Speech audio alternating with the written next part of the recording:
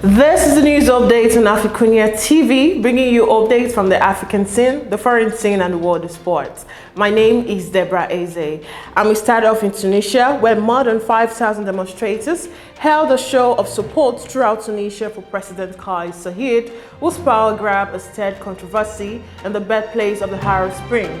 With an estimated 3,000 of them rallying in the capital Tunis, the pro-Saied crowd exceeded that which gathered a week earlier to oppose him.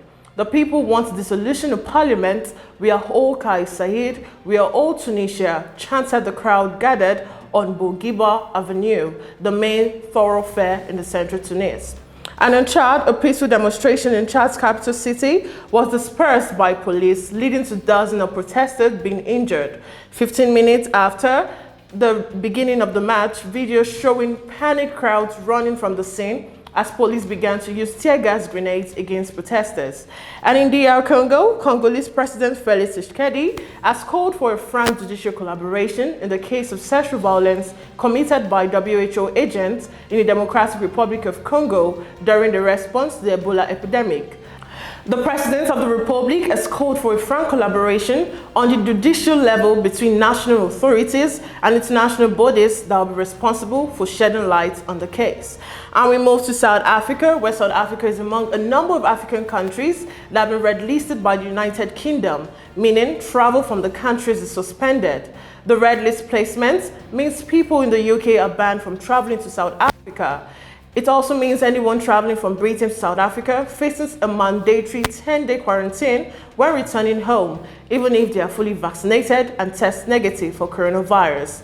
An update from Libya: the delegations of the two rival bodies in Libya separated Friday in Rabat without mentioning an agreement on a contested electoral law, but calling on the international community to support the political process underway in the country torn by a decade of conflict.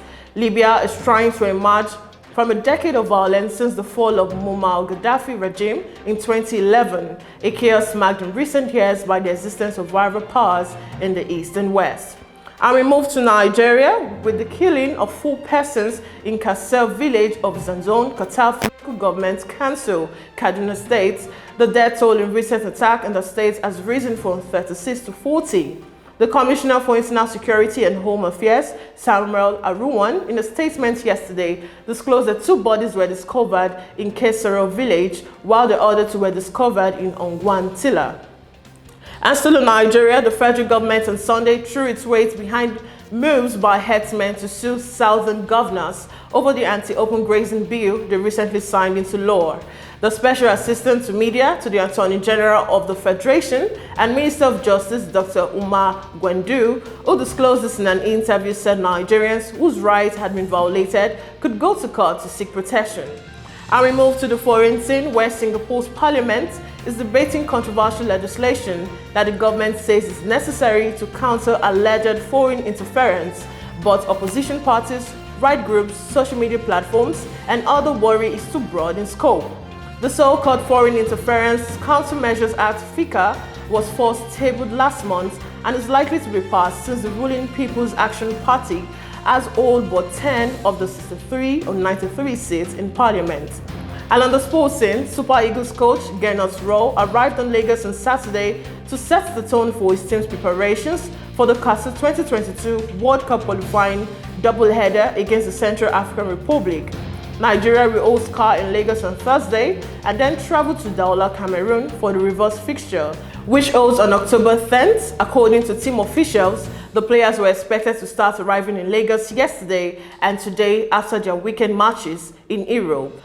Also, Kenya's Jocelyn and Cissé Lima of Ethiopia produced dominant performances to win the women's and men's race in the London Marathon on Sunday. Jocelyn ran away from the leaders in the closing stages to add the London title to the New York Marathon she won in 2019, beating Ethiopia's Deborah Azunro and Ashate into second and third with a time of 2 hours, 17 minutes and 42 seconds. Lima finished third in London in 2020, but timed his effort perfectly, beating Kenya's Vincent Kipchumba and Mosinet Gwimil in a time of 2 hours, 4 minutes and 1 second.